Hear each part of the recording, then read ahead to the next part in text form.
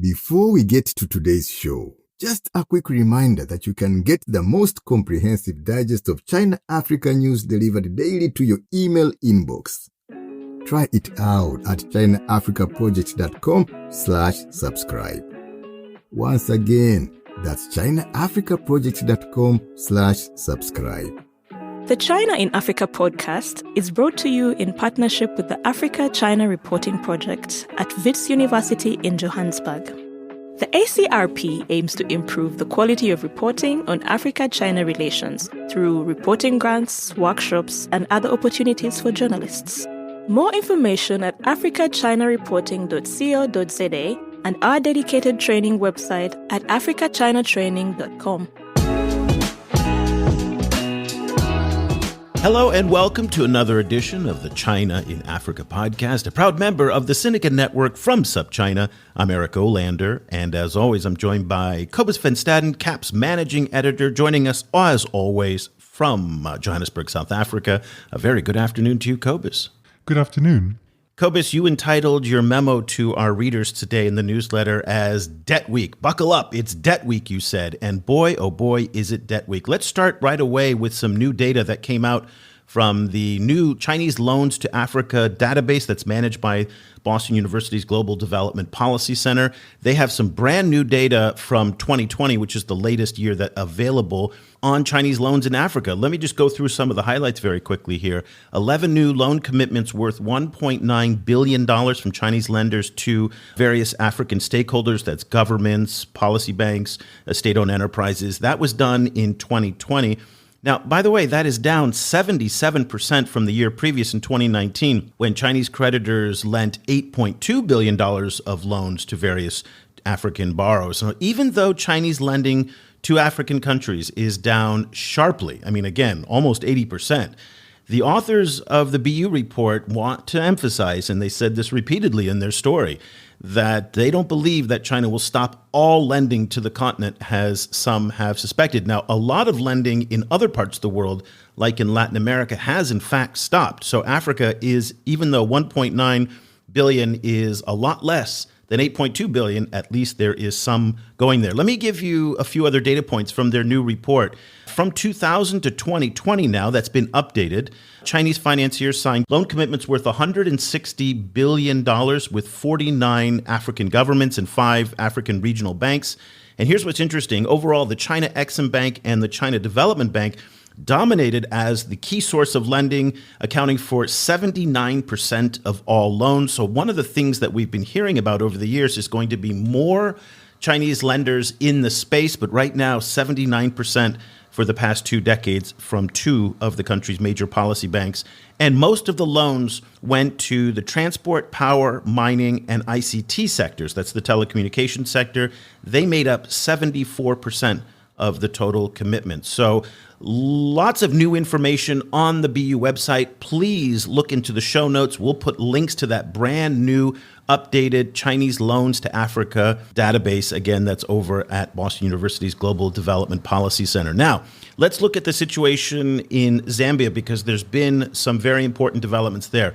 People's Bank of China Governor Yi Gang, last week he informed attendees at the annual spring meetings of the International Monetary Fund that took place in Washington that China will now participate in a new creditors committee. This is a very important breakthrough, because it's something that certainly the Zambians have been waiting for quite some time. Zambia's debt is believed to be around $32 billion, with about $17 billion owed to external creditors like the Chinese, also the World Bank, and bondholders who own Eurobond notes.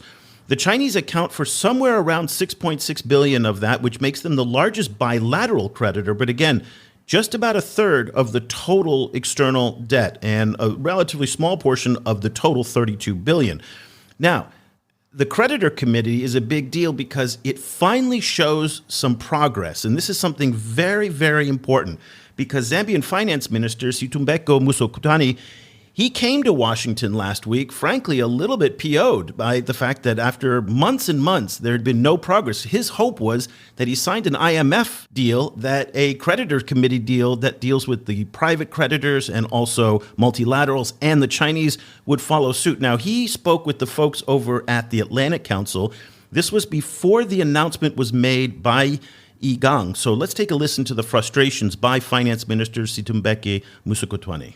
Unfortunately, we are now in the 4th month from the time when we thought would quickly move to the discussion with the creditors. Nothing is happening. So we've come here to complain and also to discuss with the leaders of the G20, the leaders of the Common Framework. You made a commitment. We also made a commitment. We have lived up to our part of the commitment in terms of implementing those things that we agreed we would do. Can we also see a movement? Can we see action on the part of those who helped, those who said they were going to assist? So the big holdup was not very clear as to what was the problem, but there was a hint that it might be the Chinese, because just a few weeks ago, the UK's Minister for Africa, Vicky Ford, was in Lusaka, and she was speaking on Hot FM radio in the capital and said, and these are her words, one creditor is taking a bit more time to make a decision. Though she didn't specify who that creditor is, Cobus, everybody suspected it was the Chinese. The Chinese have been reluctant participants in this process for a number of different reasons, but it does look like, Cobus, finally there is some progress. Yes, it's heartening, I have to say. I think a lot of people in Africa have been very worried about the Zambian situation. It's going to be very interesting to see how it moves from now on, because one of the things that really one of the data points that really changed the way that I thought about the Zambian situation was data by our guest today, Deborah Brautigam, who when she pointed out a few months ago that there's 18 different Chinese creditors involved in the Zambian situation. So kind of getting all of them on board and then working out how they got all of them on board is going to be fascinating.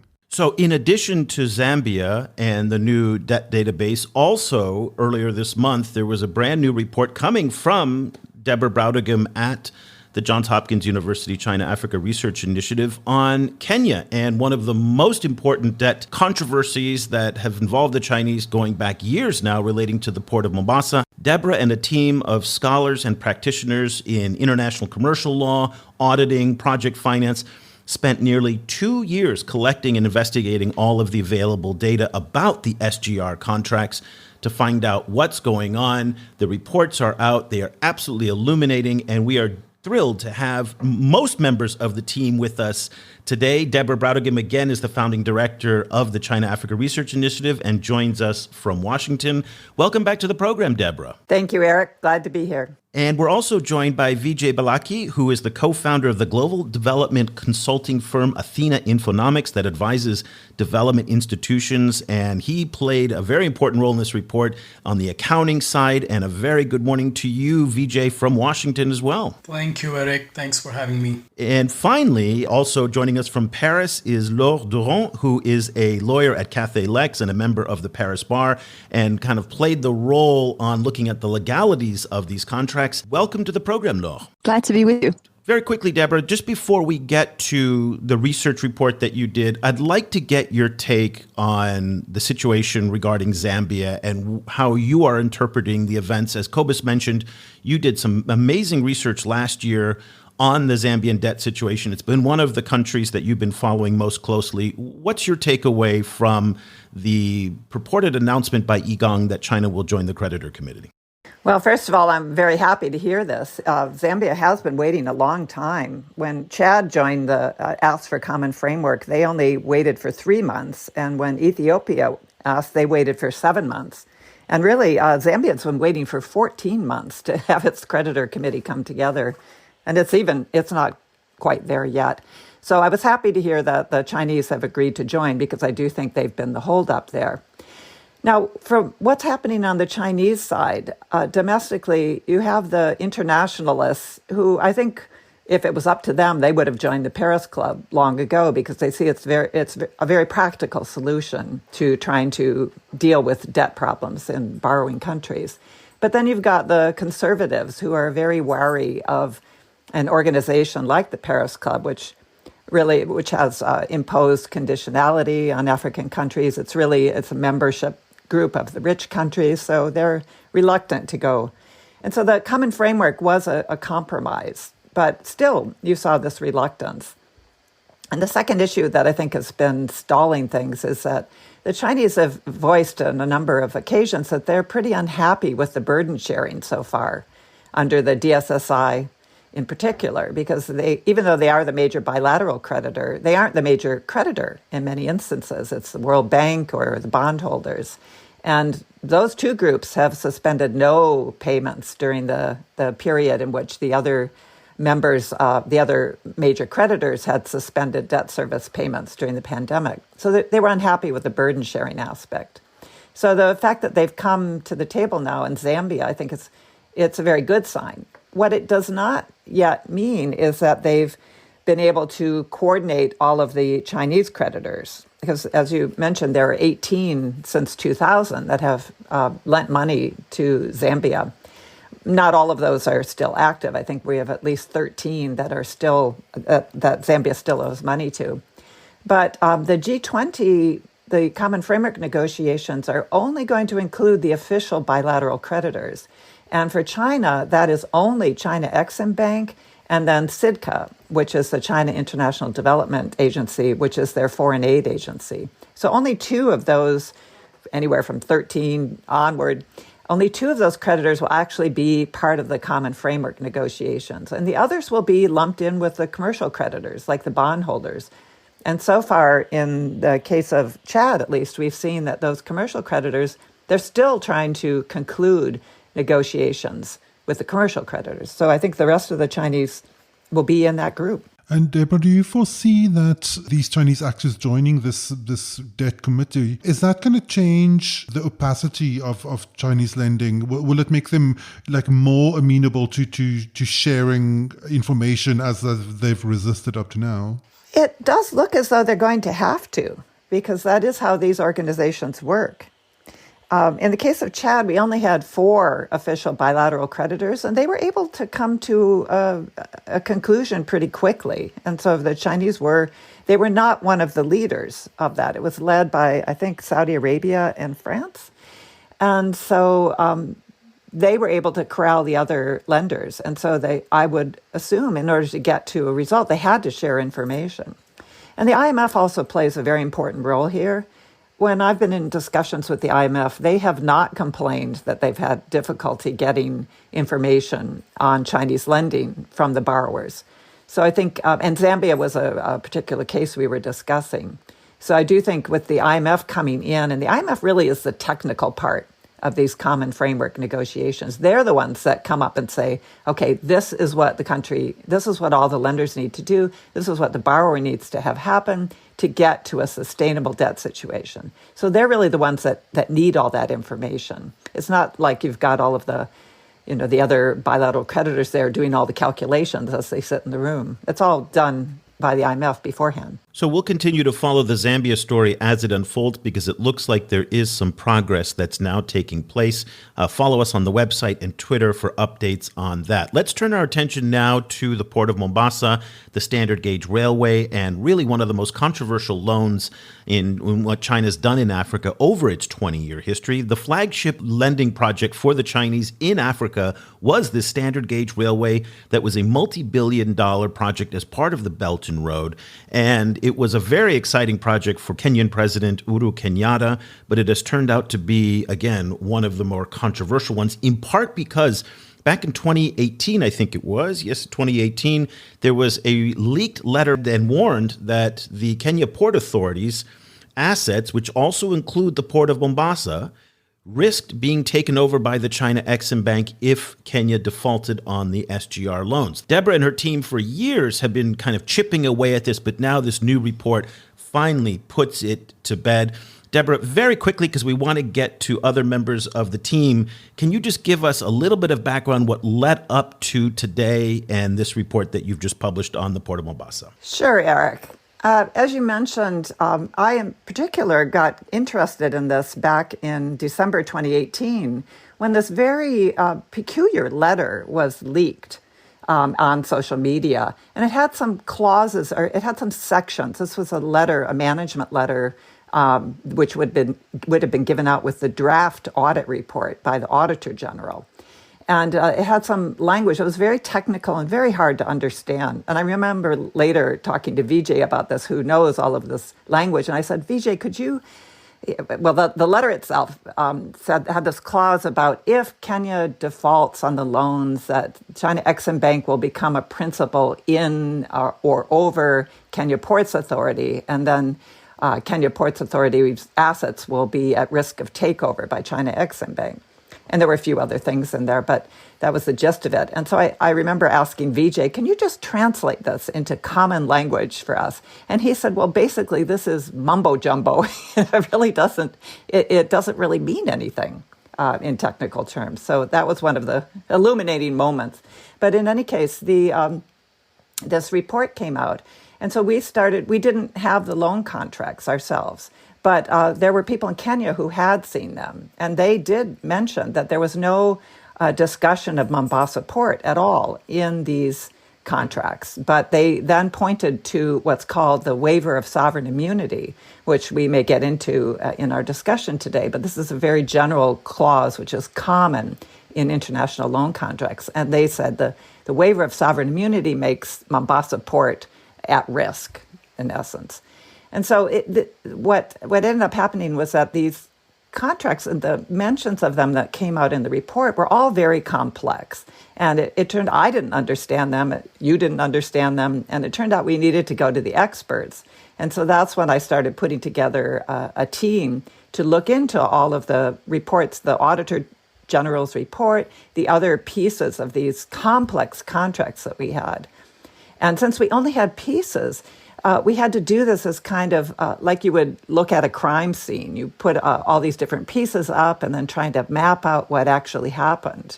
And it was a fascinating experience working with an international lawyer, Laure and Vijay, on this.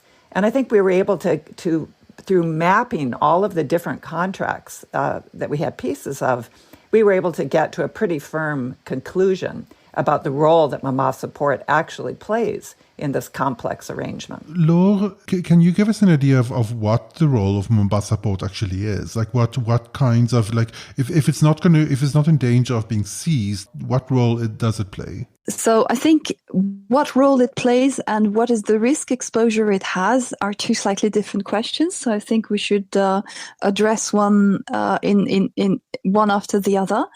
What role it plays? It is one of the commercial participants to a greater financial organizations that is designed to finance and organize the repayment of the loan that has been put in place to support the construction of the railway. So KPA is one of the commercial participants to a greater commercial project. That's one thing. Its exposure is that of any commercial player that ventures into some complicated business construction. So it has some exposure because any business project is risky by nature. The level of business that you get might not be exactly what you anticipate. You may take a loss financially on the business, but that's different from being offered as a sacrificial goat and having your main assets seized to secure somebody else's project. In this case, what we see, just from looking at the documents that were made available to us, is that the Port Authority is purchasing some freight transportation services from the Kenya Railway. And this purchase of service is within the frame of its activity as a logistician and as a conveyor of goods from its main port to the dry port in Nairobi. So that's its role here. So just to be clear here, the port itself was never at risk of being surrendered to the China Exim Bank or any Chinese entity over a default on payment, Laure. Is that correct? I cannot say that I saw anything in any of the documents that were available on this project that would support this view. The port is a participant in the commercial operation. In this way, it can be said that it's here to guarantee the financial flow that will generate the monies to repay the loan, because it is one of the business active entities that will generate the revenues on which the loan will be repaid. But it is certainly not offered as a collateral to the railway project.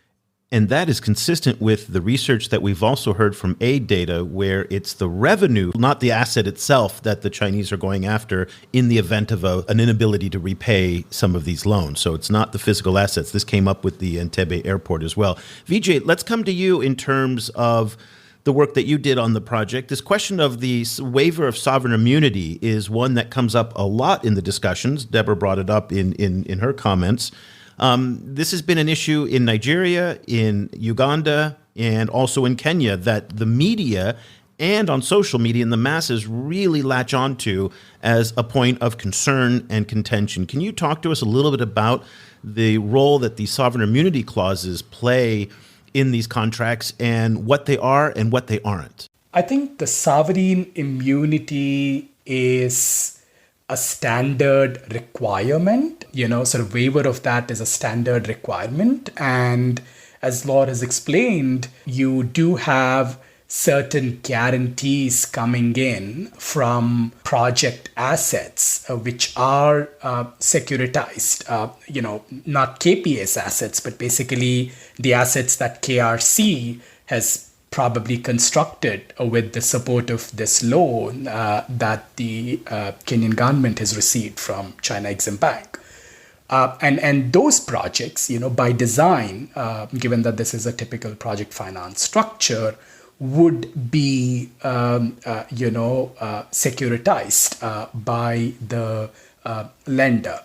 So when that happens, and if there is a situation of a default, then in general international project finance, context, the lender has got the rights to proceed against those assets that have been secured for the loan, and typically the government's sovereignty, should not prevent them from actually proceeding to benefit out of the secured assets. So it has to be only kind of understood in that narrow context. And it doesn't mean that basically Kenya is giving up its sovereignty, just for the sake of receiving this loan from China. Deborah, in general, how different is this loan from other, maybe let's say non-Chinese kind of lending, commercial lending around the world? Like where so much has been made about the uniqueness of Chinese lending practices. But in your writing around this issue, you make the point that actually it's not necessarily that unique. Like where does the difference lie, and where do the similarities lie? I think that many who have been looking at infrastructure projects around the world have looked at projects financed by the World Bank. And the World Bank actually has many ways to secure its loans. For example, they're preferred creditor, and they are the first to be repaid, at least they're supposed to be, by any country. So no other lender should be put ahead of the World Bank or the IMF. But when you're looking at other sources of project finance, when it's coming from commercial banks, they have a number of ways in which they in which they set up these projects so that they can generate revenue. These are in particular projects that generate revenues, so that the revenues generated by the project are going to go to repay the loan. And I spoke with a number, not only the people on our team, but a number of other people who work in international project finance. And there were several takeaways from that. One was that this waiver of sovereign immunity clause that we were just hearing about. And this clause needs to be in every international commercial loan contract by a commercial lender, because governments are sovereign states, and one of the benefits that they have under international law is that they can't actually be compelled to answer to a lawsuit in another country. And so that's why you need to waive that. That's called sovereign immunity. You need to waive that sovereign immunity in order to appear in a law court or arbitration. And I think in the case of Kenya and in many other cases, we're actually not talking about a lawsuit per se, but we're talking about an arbitration, which could be about any aspect of the project. It doesn't have to be about non-payment, but to arbitrate any dispute. So to do that outside of the country, you need to waive that sovereign immunity. And so you find not only the waiver of sovereign immunity, but these particular structures. And what Vijay was able to illustrate for us in this Kenyan project was how common these take or pay agreements are. So Laure was talking about how the standard gauge railway had, as part of this complex deal, they had the Kenya Ports Authority, which was their major customer. So the Kenya Ports Authority came in to help guarantee that there would be enough revenues to repay the loan by guaranteeing that it would take some of the services provided by the railway. So this is called a take or pay agreement. So the other part of the agreement is if they didn't take those services, they would still pay the amount that they'd guaranteed to pay. So this take or pay agreement between Kenya Railway Authority and Kenya Ports Authority is it's totally under Kenyan law. It's an arrangement between those two companies, but it's part of the overall loan package. And so what we saw was that this kind of take or pay agreement is very common in project finance around the world. So that's the kind of thing you don't see very often in a World Bank project. And then it requires all of those different the things like an escrow account where the revenues are sort of protected, and then the repayment comes out of these escrow accounts. And all of these are very complex terms. We explain them all in our paper at great length, but they are very common. And as another lawyer who we talked to about this project said, these are the gold standard elements of international project finance, the take or pay agreement or an off-take agreement, the waiver of sovereign immunity. There's nothing different about these. So if there's nothing different, Deborah, I don't understand why in Kenya, Uganda, and also in Nigeria, there have been just ongoing dramas that are years long that people are convinced that their national assets are at risk of being taken if the fact is, as you pointed out, that in many contracts, these same terms exist. What is behind the anxiety related to the Chinese loans that makes it different from the others, in your view? Well, I think it all goes back to Hambantota in Sri Lanka. and that, again, a very complex contract and arrangement and a very complex history, which I won't relate here. I've written about this at length in other places. But this was very poorly reported by the New York Times and others as an asset seizure. So when Sri Lanka ended up concessioning this port to a Chinese company, when there was a change of government and they decided they didn't want to carry on this port any longer as a public enterprise, so they sold it to a Chinese company. And this was called an asset seizure by the New York Times because assuming that Sri Lanka wasn't able to pay. At the time, that wasn't, they were not in default on this loan. They had decided that the port was not making money, which was true, and they didn't want to have it any longer on their books. So this interpretation then became highly politicized. It was written about by an Indian pundit. The New York Times circulated that story, and then it just carried on. So now that fear, I think, has disseminated around the world that China is deliberately sending out these loans, and they are doing it in order to seize these assets. And that's not what people who do research on these topics, whenever you look into these more deeply, we see no evidence that intention was ever there. But I think the bottom line is that these are very complex. We have people doing master's degrees, law degrees, in order to understand how to construct these projects. And in the journalism community, in the NGO community, in the activist community, you usually don't have people with those kinds of skills. And I didn't understand these things at all when I first started doing research on it. So it's taken a lot of work and a lot of desire to understand, I think, to dig into it. And not everyone's willing to put that time in. We're going to take a short break and we'll be right back. Bonjour tout le monde, this is Jérôme, host of the Afrique-Chine podcast. If you speak French or if you just want to practice your French, then join me every week for the only French language podcast on everything going on with the Chinese in Africa. We are talking about mining, politics, culture, education, you name it, we are covering it all. Subscribe wherever you get your podcast and also follow us on Twitter at Afrique-Chine. That's Afrique with a K, or online at projectafriquechine.com.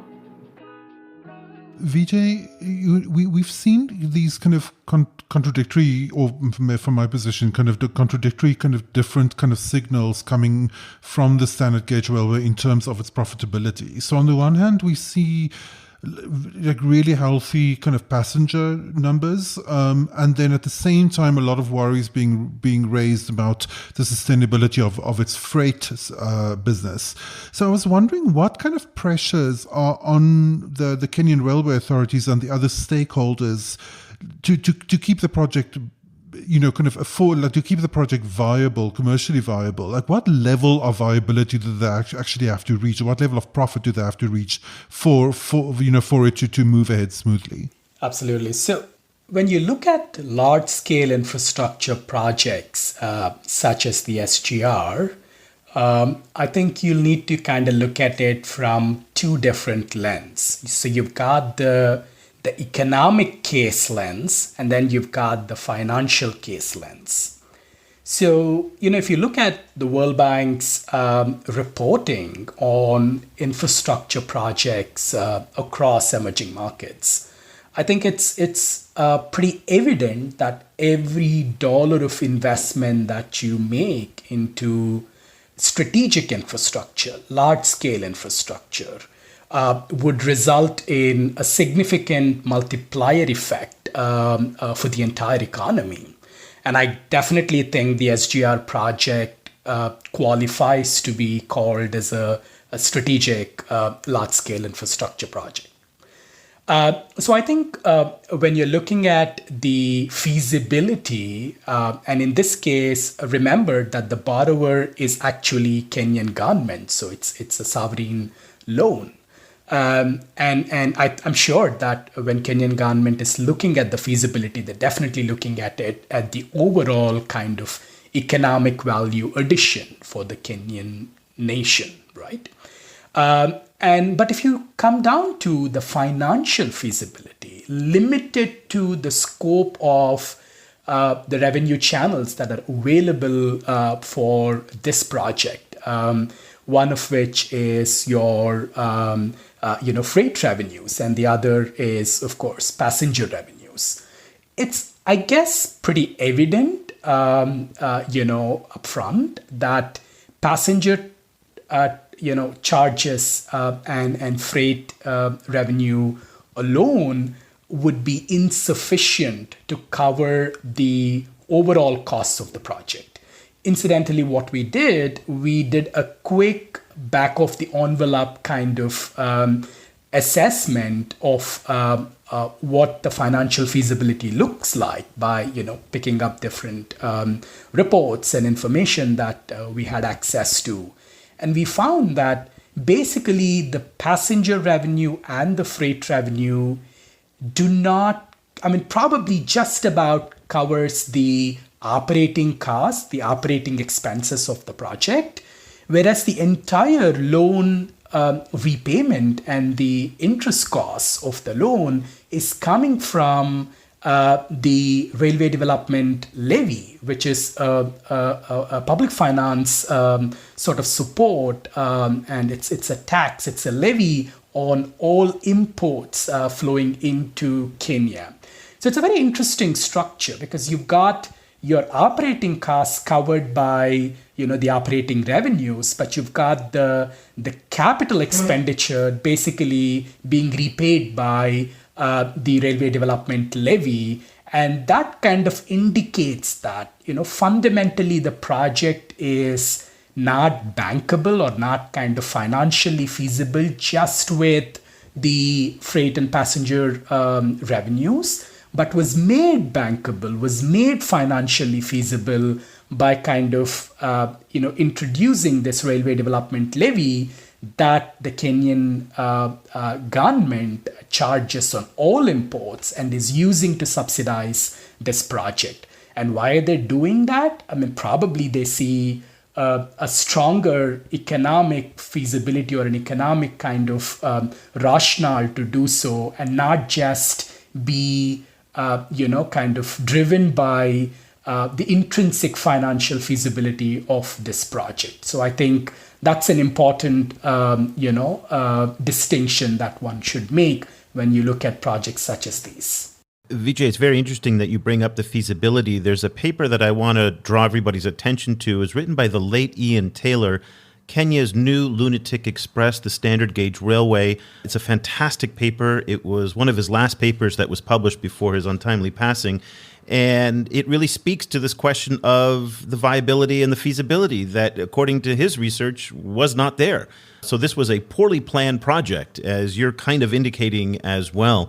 I'd like to wrap up with each of you to give a reflection. You've spent 2 years looking into this project. You've looked into it probably more than almost anybody else who's not directly involved with it, either from China Exim or from the Kenyan government or the Kenya Railway Corporation. Laure, let's start with you. What's your big takeaway from this whole exercise? What do you think people should know about this loan between the China Exim Bank and the Standard Gauge Railway based on the research that you did? Well, I think the most important thing that I want to underline is that it's really no use jumping from conclusions when looking at a big project only from a small angle. It's important to realize that this loan agreement would be a fraction of the entire project, and the infamous waiver of immunity clause is but one of the ancillary clauses. In fact, they're part of the collection of clauses that we lawyers refer to as the boilerplate clauses. So they're really these standards provisions that get dragged into every single one of these agreements. The key message for your listeners is really that in a legal document, every word counts. It has a very specific meaning under law, and it's not to be misunderstood or misconstrued. Don't think that you understand these words unless you really do, because otherwise you will jump to erroneous conclusions. I mean, I've now personally worked on 3 cases where the same misinterpretations of these clauses come over and over again, and it can be in Nigeria, it can be in Montenegro, it can be in Kenya. So really, you only know when you absolutely sure that you know. That will be my key message. Okay, Vijay, how about you?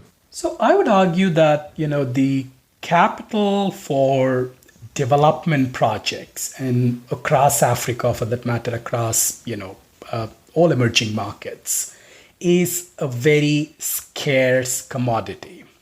So I think basically you should welcome capital in any form, in any shape, coming from basically any supplier. But of course, I think what this project probably lacked and what, maybe the Chinese lenders and others could kind of learn from is the process with which you obtain this capital, as well as the transparency around keeping all stakeholders informed about what you're getting and what you're kind of basically liable for and what you're securing through the process is important. And that communication around project conceptualization, design, financing, implementation is so very important for these projects to really kind of take off and for more capital to be crowded into this very important market. And Deborah, let's leave the last word with you. You've looked at this in a much larger context as somebody who's been studying China-Africa relations for decades. What is your takeaway from this multi-year exercise that you've been embarked in both in Kenya, but when you look at it across the continent writ large?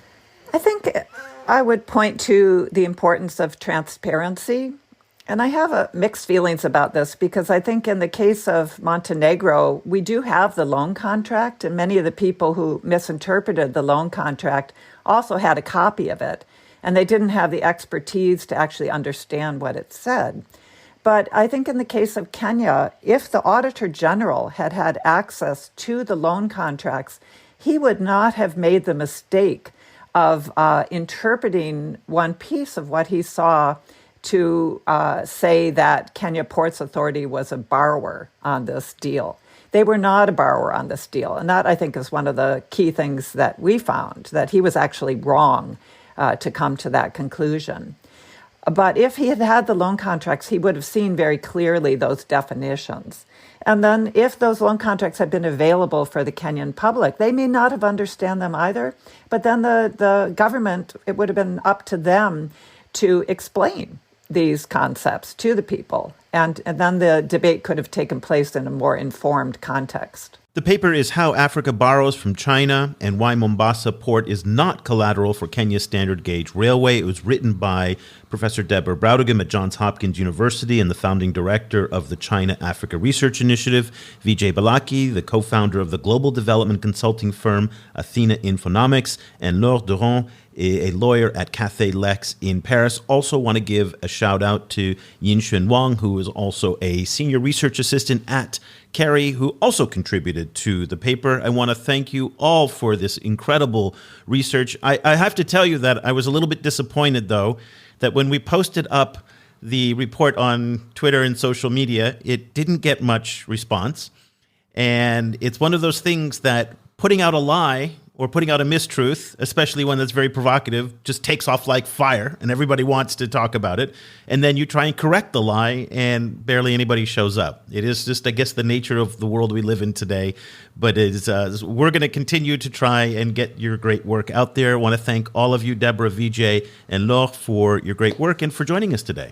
Thank you. Thank you, Eric. Always happy to speak with you. Cobus, every time we talk to experts, either like Deborah or Brad Parks at AidData or folks in South Africa and Kenya who really know this stuff, one of the shocking things for me every time we go through this is how the terms of these contracts were not exceptional. They're standard. In fact, a lot of it comes out of Swiss corporate law. A lot of it is standard commercial contract law, as we've heard over and over again. And yet, we're made to feel and believe that somehow what the Chinese are doing with these loan contracts is radically different than the norm. And they're highly complex, to be sure, as we heard from all of them. These are not easy contracts, and that's one of the reasons why I think journalists are running into problems telling the story. But again, that's the key thing of just like it's head shaking to me that so much of what's in these contracts are in contracts from other countries and other companies. They've seen this 50 million times before. And yet it's hard to overstate the freak out that occurs. And that went on for 2 years in Nigeria over the waiver of sovereign immunity and is starting to resurface again now in the run-up to the presidential election. The same issue of sovereign immunity.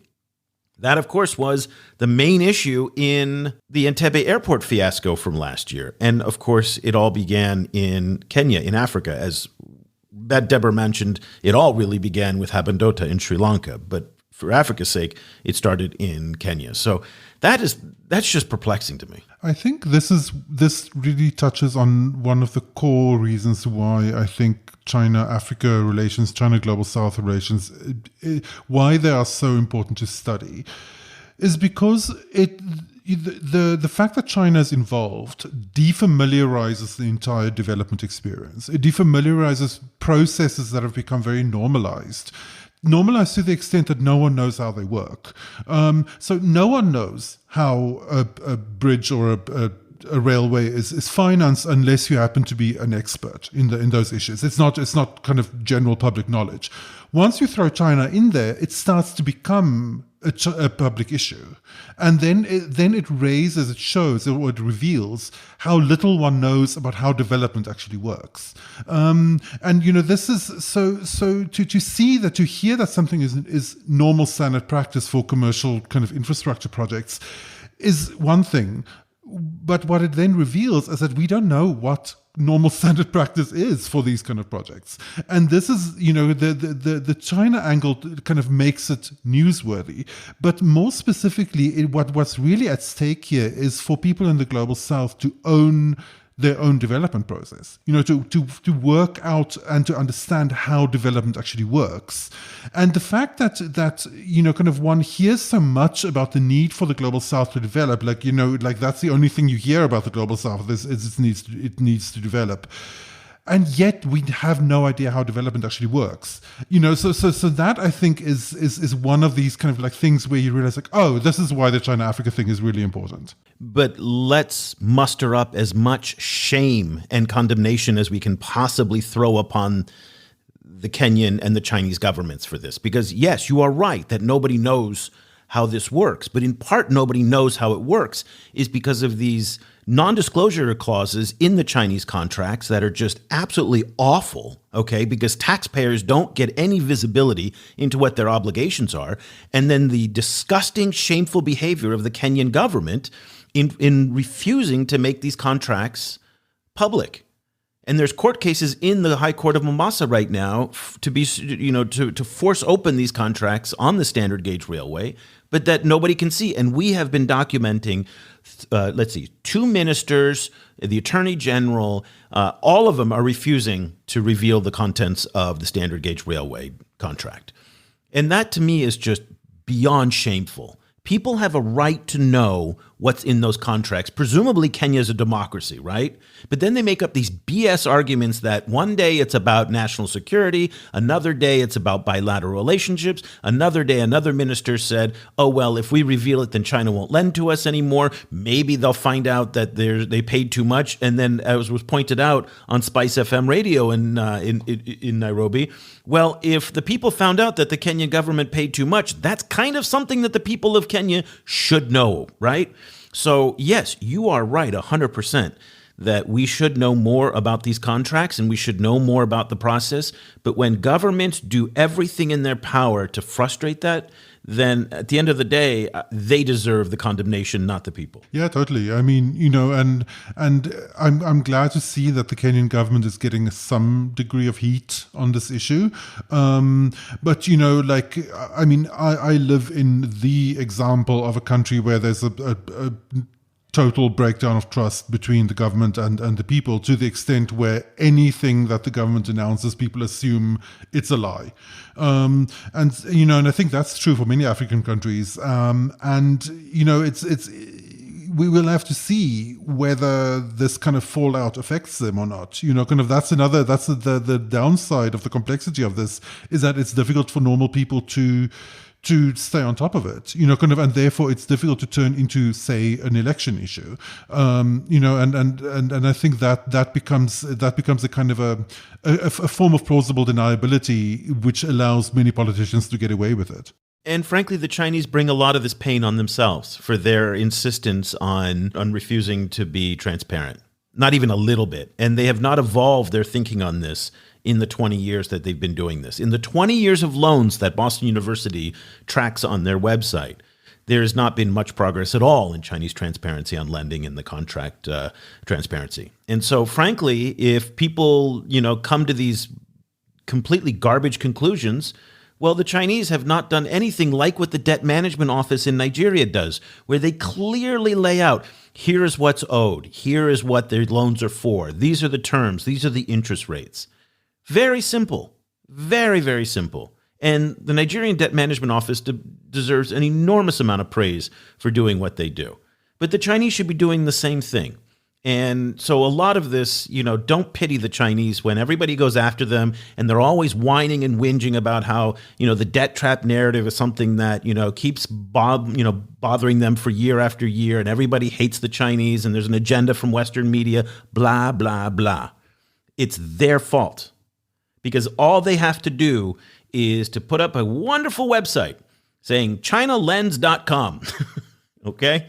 And all they got to do is start putting out, here are the terms of the contracts. They won't do that, of course, but until they do that, I don't really feel that sorry for them. Well, I think, then it becomes worthwhile, and I think maybe we can do this in a future podcast, to really unpack why they don't, right? Kind of like what are all of the different factors involved, including issues like, for example, the nature of the complexity of the number of Chinese lenders involved, what they're trying to avoid, by imposing all of this opacity, because they have their reasons, right? Kind of they're paying a steep political price for it, and they're definitely paying a soft power price for it. And this narrative has been incredibly useful to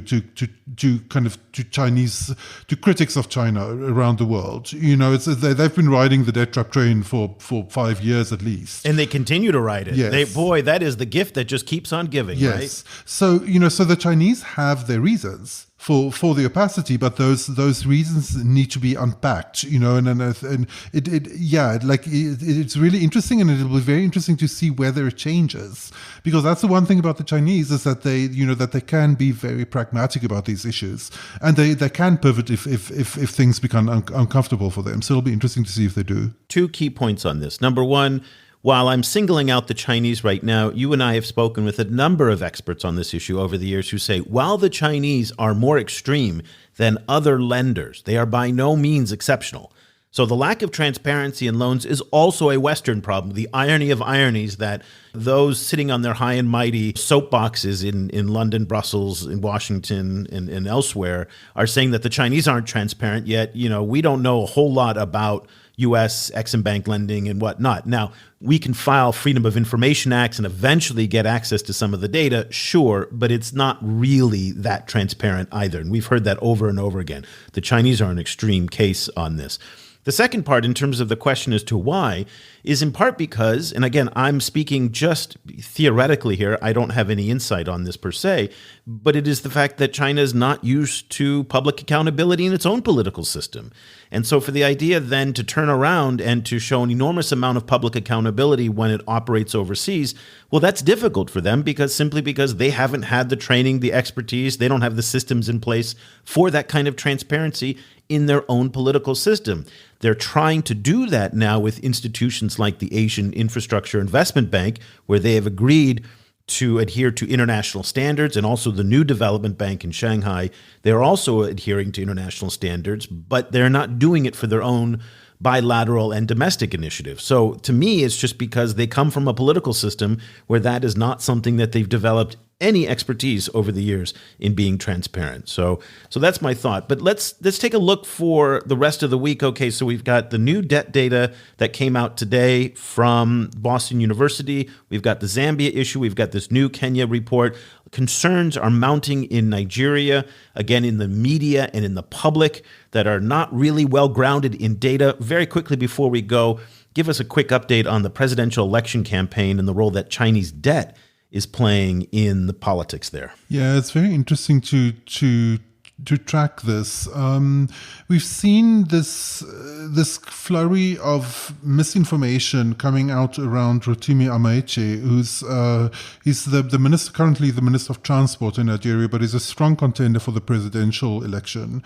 And clearly he's making some people anxious in Nigeria, because there's been suddenly quite a lot of paid disinformation circulating through the Nigerian press, trying to link him to China, trying to say that the Chinese government is paying for his candidacy, and then kind of trying to connect him to this information that the Chinese are going to seize, fill in the blank asset.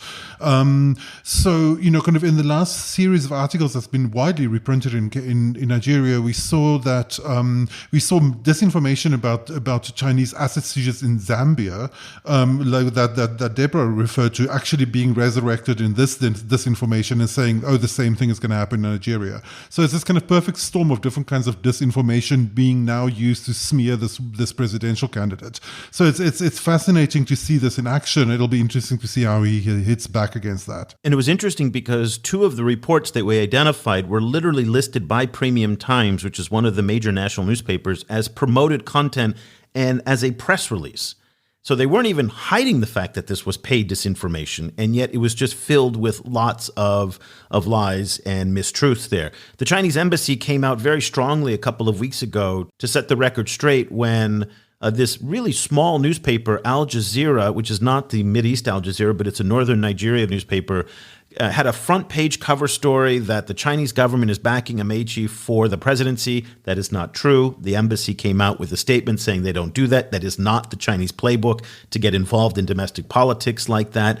The Chinese, that's just not their MO. And so this is, if you see this going on, just a heads up, it's not true. And this is one of the frustrations of trying to follow some of these stories, is it's very hard to separate what's real and what's not. But that's what we do every day. We've got a great team of journalists around Africa and the Middle East now who are putting together our reports in Arabic and in French. And Cobus is running the English service and the English newsletter with Chris, who's in Cape Town with us, putting together that newsletter. It's a fantastic piece of journalism every day. If you'd like to subscribe, go to ChinaAfricaProject.com/subscribe. We would appreciate your support of the work that we're doing now. Again, we have a small team of journalists also in China as well. So it's really, it's a very exciting time for us. And we've got some big announcements coming up next month, which we'll kind of tease a little bit in the next weeks ahead. Cobus is starting to work on some essays to kind of lay the groundwork for what we'll be announcing. So we've had a very busy year so far with the launch of our new sites, new podcasts. Also, as you heard early in the show, I want to give a shout out to Francophone editor and host of the Afrique Chine podcast, Jérôme. Please do subscribe to his podcast. If you speak French or you want to practice French, it is a fantastic discussion that he's having all about issues in Francophone Africa. Cobus, let's leave the conversation there for now. We'll be back again later in the week with another episode. Until then, for Cobus Van Staden, I'm Eric Olander. Thank you so much for listening. The discussion continues online. Head over to facebook.com/China Africa Project to share your thoughts on today's show. For more information about the China Africa Project, go to ChinaAfricaProject.com.